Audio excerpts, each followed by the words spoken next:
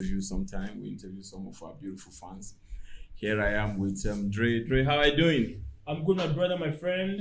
Thank God for life. Omo, you dey try. You see they wear this Manchester United jersey go Bro, out. don't get choice now, bro. Yeah, it's I mean, damn, we don't know what to expect from Manchester United presently, right? Right now, it's a very bad time to be a Man U fan. Right. Because you know what to expect. Yeah, Today definitely. they play good football, tomorrow they play good football and still end up losing. Yeah. Tomorrow they play bad football and still end up winning. So we don't know what to expect. Yeah, definitely. I think the FA Cup speaks loud because they played very well in the FA Cup, but and they lost the game. That's the importance of taking your chances. So now, Mr. Muqsit, to you, what do you feel is the reason, or be the excuse for losing that much? I mean, I've been asked this question several times, like, what's the reason why Manchester United are losing some of these year matches? Because I find out that with the presence of this coach, I feel like coach is not a problem. I feel like it is the attitude and the discipline, of the players and the idea of you to take your chances. If you're playing against a championship team in that FA Cup and you cannot take your chances, that's odd. They have 13 shots on target. 13 shots. Okay. They have 8 on target against the three of Burnley. I mean, there was a place where Bruno had a clear chance to score a goal and he didn't. So when you play against a championship team like Middlesbrough and you did not take your chance, that's what happened. And can you still blame this loss to VAR? No, they didn't. Okay, so the point is, in the FA Cup, they don't use VAR at that stage. No, they did, because they changed VAR. Oh, did they? Yeah, they did. Oh, I thought they didn't. They did. Anyway, but if they did, then it was a very bad decision and a bad call because at least if about 70,000 people in that stadium saw that it's a handball and only one person did not see it, it's bad. But luck to Middlesbrough. That's what you need sometime to make it through. And they had that. They took their chances. They went to the penalty and they converted all their penalty. I'm sorry for Elanga. He's such a wonderful kid and a very, very wonderful player. So it is what it is. And we're done with that, right? We're out of the FA Cup. Yeah, bro. Do you think Manchester United can win the Champions League? It's so again, sound like a biased Man U fan. Yeah. We can't. We can't. Yeah. Because football is a game of luck. Yeah, it is. It is a game of luck, but I still believe that you need talent and hard work. Yeah. And I'm not seeing that hard work in this present Manchester United. Because talent is there, but the hard work is not.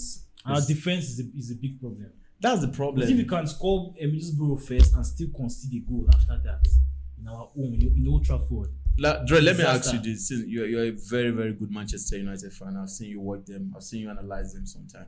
So, is it a midfielder problem that Manchester United, like if you are a coach now and you are to sign just 2 players to fit into that Manchester United team, what position are you going to sign into that team? I will sign a defender first. Okay. Then a standing midfielder, a 4. It's a defensive midfielder, right? Yeah. I thought as much too, because we talk about the likes of them, Roy Keane and Paul Scholes. We don't have such now, right? At all. Yeah, and I also feel this goes to the management. I feel it is time for the management to start thinking of how to recruit a better midfielder into that place. Respect to McTominay and Fred, but I don't feel with those 2 midfielders, we're going to win something tangible. I remember that match against Middlesbrough. The best tackler was Paul Pogba, which is not a sitting. Yeah, we're going to talk about Paul Pogba later on and his effects, though. Let's talk about Manchester United. They're playing tomorrow. They're playing against Burnley. Yeah. And knowing well, Burnley are like 20th in the league. Yeah, I guess. Yeah. So from now on, every game will be like a do or die affair for Burnley. Definitely. And in their home ground. Yeah, in their home ground, they seem very difficult to beat. Yeah, so Manchester United, from record, I played them like 10 times.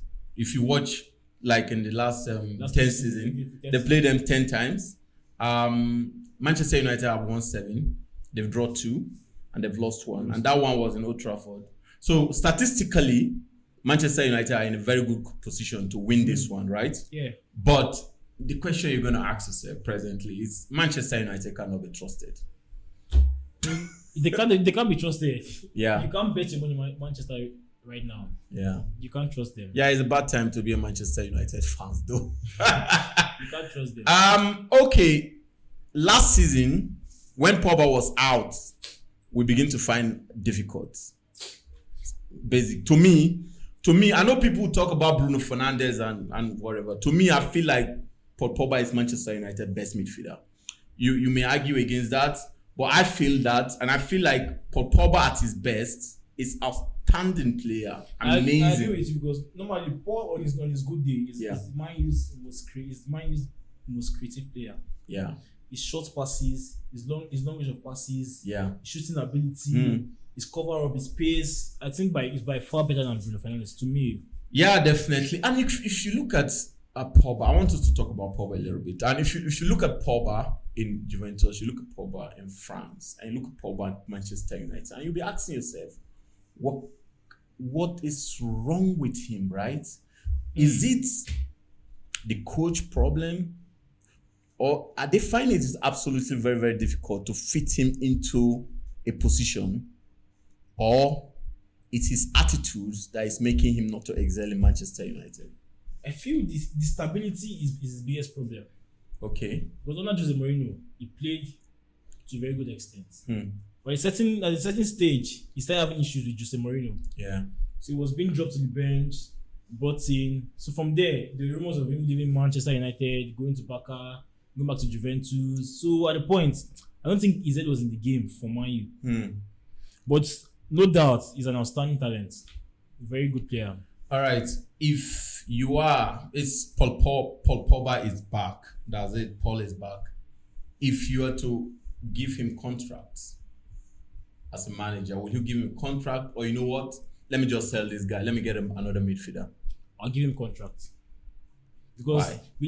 with the right Paul will do a very good job for you. So what you're trying to say is that Paul Pogba, if played in a very, very good position, he will perform extremely well. Yes.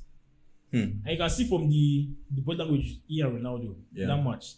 Once Paul gets injured, CR7 goes to meet him as a guy. He knows that this guy will give her the pass where he need. Yeah. The guy is quite. So Ronaldo knows that he's very, very important. It's very useful for him to score goals. He knows.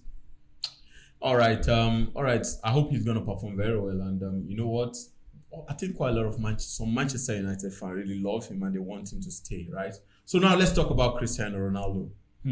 Yeah, he signed for Manchester United, and the first thing that comes to your mind at that moment, like when he signed, we have Varane and we have Sancho. You'll be like, yeah, Manchester United are supposed to win the league or at least win a bigger trophy. Do you think Cristiano Ronaldo is a disadvantage to Manchester United or an advantage to Manchester United?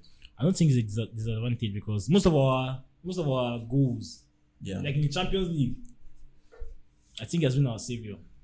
So without him, probably wouldn't. We'll not even be in Europe. We'll feel in the Africa. Yeah, it is bad, you know. I feel for him sometimes. Sometimes I feel like he should have moved to Man City. I'm serious. You know, he would have enjoyed his football. He would have been more goals. He would have been with some of these amazing players that are ready to play the game. Unlike Manchester United, that you have a lot of players that are not ready to play the game. I mean, signing him, I don't think Manchester United signed Ronaldo to come and be running around. I think they signed him to score goals. I know what you're gonna fucking do. Just give him these passes and he score. But they don't give him the passes. That's my biggest issue, bro. The point is, you don't have a very good midfielder that is supposed to give Ronaldo a very good pass for him to score a very beautiful goal. Yes, no. So that's the problem, right? So we need. I mean, Manchester United need a very good midfielder that can give Ronaldo a very good pass, at least 70% very good pass or 60% very good pass, and he will convert it. If he gives CR7 6 chances in the match, he will score 4. Yeah, he's sure for me. He's so clear.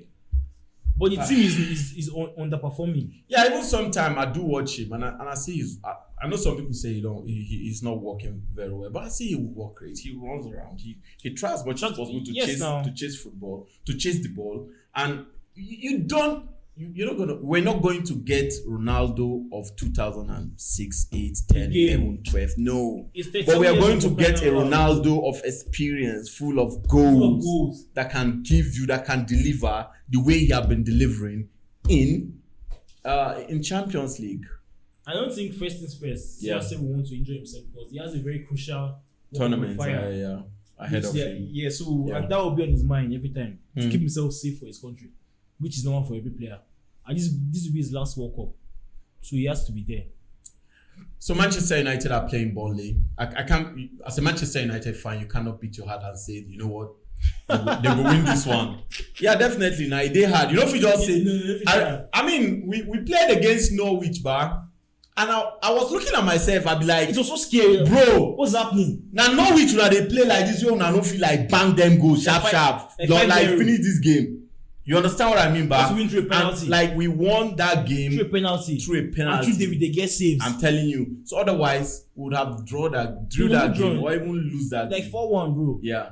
So it is this kind of game that when I watch sometimes, I'll come to ask myself, bro, I don't think say Man U shall ready to like win any game, any cup presently until they are very, very serious and until we sign players that are serious, especially for that middle of the pack. It is what it is. So to be like, let me take you as a neutral. I can't take you as a neutral fan though. What do you think? What do you think will be the outcome of that game tomorrow? As a neutral fan, I'll go with a one new victory in favor of Manchester United. Okay. Because I feel they have a point to prove tomorrow, not just to themselves. Yeah, and Burnley are not in a good form, though. Yeah, they are not in a good form. They are struggling very well. I think with again to the FA Cup, Manchester United played well. Yeah, we can't compare. The point is, they did not take. I won't say Man U played well. I also say they just made that. So what are we going to say? Actually, they created chances. Yeah, they created chances. Yeah, so I believe if they bring in such intensity and they play such way, and this time around they can't take their chances, right? They will win that game. But if they don't take their chances again, Burnley and you know Burnley, they play you block defense. They defend very well. Dangerous on set pieces. On set pieces. They are very, very good at set pieces. So about 70% of their goals have come from set pieces. So that's to tell you that they are absolutely very dangerous. And the problem we find out in Manchester United is, or if not recently, they are not very good in defending set piece, especially De Gea. He's not good in controlling the space. But he's been in a very, very wonderful form. He's now the Premiership player of the month. That's wonderful. Yeah. That's wonderful. All right, if you were to give a prediction of your first 11 for Manchester United tomorrow, what do you think? Maguire, Varane, Dalot, Luke Shaw. Who will be your keeper? David De Gea. It has to be. Okay. Dalot, Luke Shaw ahead of Telles. Yeah. Okay. Then Scott McTominay, Pogba, Bruno, Rashford, Sancho, CR7. Yeah, that's almost like almost the same thing for FA Cup. Even for Dean Anderson. I think I should be with you in that place. Yeah. I feel Dean was very poor in the penalty in the PK shootout. Yeah, he was absolutely he didn't follow shit. It was rubbish. In that penalty, it's shit. I'm serious. No try. It is what it is. I pray, and I hope Manchester United win something this time around, and Ronaldo at least will go home with a trophy. And I hope they'll. Do you think they can finish top 4? Yeah, most likely. How confident are you, man? I'm quite confident. Are you serious? Quite confident. With the likes of Tottenham coming up? Tottenham, yeah, I'm quite confident because Tottenham against the big teams, they have shown that they're not really that top team that we expect them to be. Yeah. Because they've lost to Chelsea 3 times in a row. They've drawn against Liverpool. Arsenal. What was the score? Arsenal. I think Arsenal. I'm not sure about it though. I'm not sure about it. So. All right. Thank you, Drey, and it's a pleasure, my brother. Yeah, I wish Manchester United a lot. I hope they win tomorrow, so that when you come next week, you come smiling. You come smiling. All right. Thank you for watching, and have a wonderful time.